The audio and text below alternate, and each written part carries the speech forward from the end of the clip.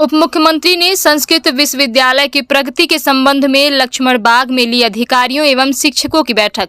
महर्षि पाणिनि संस्कृत विद्यालय में अध्ययन करने के लिए 60 से 70 बच्चे ले चुके हैं प्रवेश। जल्द होगा भव्य भवन निर्माण।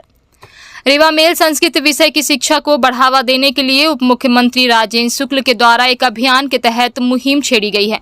हाल ही में रीवा के लक्ष्मण बाग में संस्कृत विश्वविद्यालय की नींव रखने के बाद प्रगति का कार्य शुरू कर दिया गया। रीवा के लक्ष्मण बाग में शुरू किए गए महर्षि पाणिनि संस्कृत एवं वैदिक विश्वविद्यालय को रामानुज संस्कृत परिसर लक्ष्मण बाग का नाम दिया गया है। इसी परिसर में अब संस्कृत के मंत्रों की गूंज होगी और विभिन्न स्थानों के बच्चों को संस्कृत की शिक्षा दी जाएगी। उप मुख्यमंत्री राजेंद्र शुक्ल ने आज बैठक के दौरान अधिकारियों एवं शिक्षकों से इसके प्रगति के संबंध में चर्चा की है। उप मुख्यमंत्री ने कहा कि लगभग 60 से 70 बच्चों में संस्कृत की शिक्षा लेने के लिए प्रवेश लिया है, जिनके लिए जल्द ही आवास एवं भवन का निर्माण कराया जाएगा।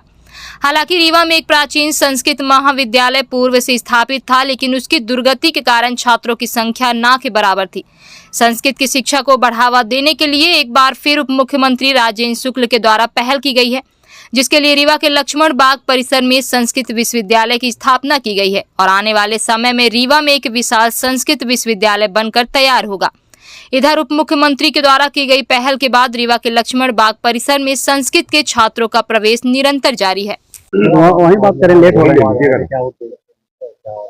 संस्कृत विश्वविद्यालय का जो रीवा परिसर है उसमें बड़ी खुशी की बात है कि करीब 80 से ज्यादा बच्चों का एडमिशन हो चुका है और अब उनकी कक्षाएं के लिए कक्ष तैयार हो जाएं, इसकी समीक्षा की गई है और भोजन और आवास, उनको हॉस्टल की सुविधा भी यहाँ पे रहेगी और निःशुल्क भोजन भी रहेगा।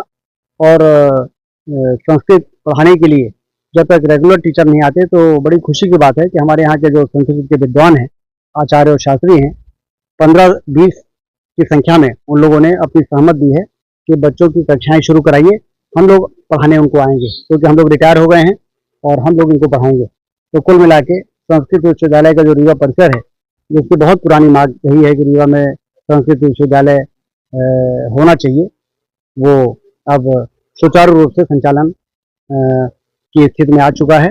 उसी की चर्चा करने के लिए आज हम लोग यहाँ पर इकट्ठे हुए। यहाँ बच्चे एडमिशन ले रहे हैं और इसमें भी बढ़ रही थी, इनके लिए क्लास व्यवस्था का कक्षाएं 5 कक्षाएं तैयार हैं, उनमें से सारे बच्चों का इंतजाम हो जाएगा और कहाँ पे उनको आवास की भी व्यवस्था हो गई है।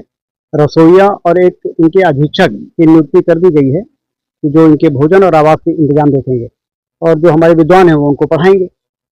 और रीवा के जो हमारे परिसर के प्रभारी हैं, क्या नाम है, मोगेल जी, ये संस्कृत पाणिनि विश्वविद्यालय उज्जैन से यहाँ प्रभारी बने गए हैं मोगेल जी। ये पूरा यहाँ का प्रशासनिक और एकेडमिक शैक्षणिक व्यवस्था की मॉनिटरिंग करेंगे।